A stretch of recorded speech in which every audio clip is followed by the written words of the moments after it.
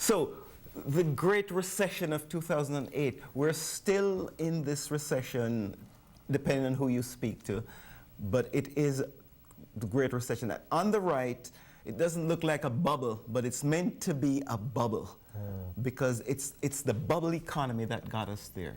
The bubble, spending, spending, spending. So if we go to the next slide, you know, this is funny. It says here, the world is heading for a cashless society.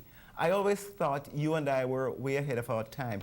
I put it up, and it's funny, but really, I put it up to say what was happening, as I mentioned earlier, was people without funds, without means, were getting large amounts and fell deep in debt. Where were we? We were trapped in a credit bubble. You know, there's this myth which says, give your child a credit card and teach the child how to use credit. What was happening was everybody was getting credit. So we spent regularly using unaffordable credit. It didn't matter what the cost of the credit was. Our savings went. We were saving about 12% in 1982. We went to negative savings. We were stressed. The families were hurting. And we still wanted and still were getting more. More of everything. Both the person selling and the person buying. So if we go to the next, where are we? Well, the bubble burst. And incidentally, just quickly, Paul, we should understand that there is a precedent for where we are. I lived in Japan during their bubble period. The same thing happened. The Japanese have been in a recession for 15 years, trying to get out, doing some of the things that we're doing now. In other words, spending, spending. You can't. There is no proof that you can spend as a nation yourself out of a recession because people, you and I and others, realize that we made some mistakes and we need to cut back. We need, when a bubble bursts, the thing we need to understand is that that bubble is gone. We have to start a new bubble. That's a very important concept. The bubble that we had is gone. We have to start over. So you start at zero? You start wherever you can. Sometimes negative, sometimes zero, sometimes maybe +2. But you have to start where you are. For example, there are lots of people. Take General Motors. General Motors has a negative equity of $90 billion. They've been bankrupt for 4 or 5 years. Individuals will start negatively. And yes, you start where you are. Where we are is the credit dried up. We have what I've called corporate welfare. And what is happening is that the government is not allowing certain bad businesses to close. I've just written an article about General Motors. If you look at General Motors is a bad business. And what the government is doing, Canadian and the US government, is putting a lot of money there trying to maintain it. Now there is Part owners now. Yes. There is no history to show that when a government has done this, that it has worked.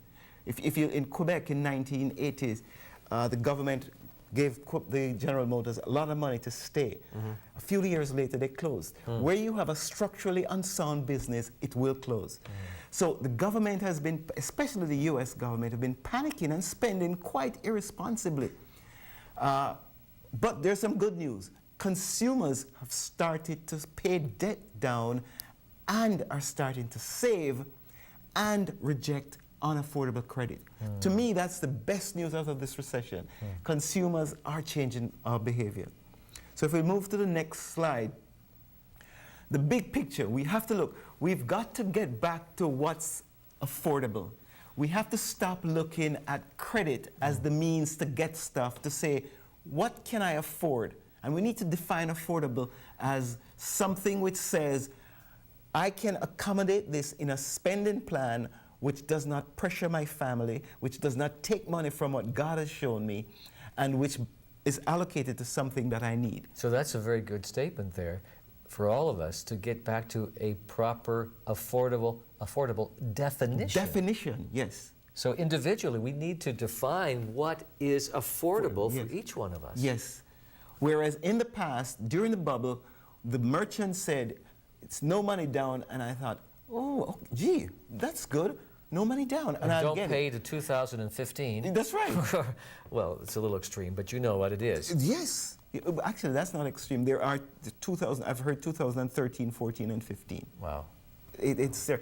And then we've got to encourage individual savings, and then there's a pool of funds that businesses could then use to invest. We must discourage frivolous consumer spending. But someone says, how can I save if I'm so far in debt that I don't know when I'm going to get out of debt? Okay, we start saving by reducing debt. The best saving is to pay off your debt. So once we have paid off debt, we save. But I regard debt reduction as saving. Really? Okay. Yes. So that's an important step. Yeah, very important. You don't want to start to put aside funds to earn 1% when you have 30%. You reduce your debt first, and then you start save in a very targeted manner. But the frivolous spending we need to discourage. And what I mean by that, the government is continually saying consumers need to spend more and more and more. No, we want to so transform the economy that there's more investments and less frivolous consumer spending. And then we need to let the businesses that have failed go in an orderly manner. And government's role here would be to try to pay to retrain people. And then to your point, we've got to discourage the failed confrontational union management relations. You know, we have these unions going on strike now, and it's us against them. That's old-fashioned, that's failed, it's never worked. And then we need to hold governments accountable to reduce waste in healthcare and in other areas. The gun registry, for example. We have spent billions. Yeah. And it still goes on and on and on. We as a people, we need to start to write and make telephone calls and discourage the government from doing this. It's a big job. I think the final slide here, well, no, this is the penultimate slide. Your credit rating is a bit low, but we can still offer you a loan. Do you have a problem with being fitted for an electronic ankle bracelet? What is happening now is there's going to be more stringent requirement for credit. I think that is a good thing. If right now you find that you're going for a loan and people are questioning, etc., that is good. We need responsible borrowing. We cannot go back to where we were in the past. And this it's funny, but there's a serious message there. We will not be able to get, and we should not be getting loans that we can't afford. The first and significant strategy is we've got to accept responsibilities for what we did. We need to say, you know what, I'm here. Yes, the merchant made me do this, but it's my responsibility and I can move up. The second one is we need to understand that we can't manage money. It's lifestyle. If we think about it, the decisions that we made to get us into debt weren't money decisions, but were lifestyle choices. That's we huge, chose isn't it? to buy. We chose to buy. We chose to buy. Money didn't push us there. And then we need to accept responsibility as manager of 100% of God's money. You know what? We are stewards of everything that God has given to us. We need to accept that. What about the person who says,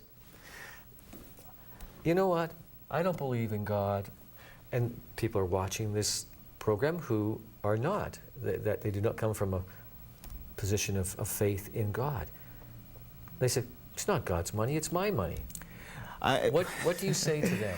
When I wrote my first book, I was a vice president in Alcan, and one of my colleagues got a copy, read it, and he said exactly that. And what did I say to him?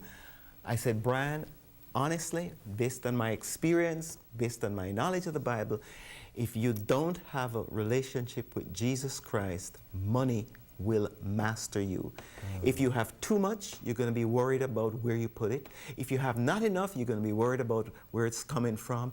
If you have just average, you're going to be worried about getting more for retirement. You are going to be totally worried. Are you not going to be worried if you're a believer? Well, you might worry, but Jesus clearly says, don't worry. He says, seek first his kingdom and his righteousness, and I'll take care of your needs. So he says, don't worry. Look at the birds. Look at the lilies. I take care of them. So that's my answer. If you don't know Christ, I would ask you to just give yourself an opportunity to hear, to listen, to receive. He's knocking. He wants to talk to you. Give him that chance to talk to you. So you want to accept where you are, accept what you have, and then I want to suggest that you go on my website and do some numbers.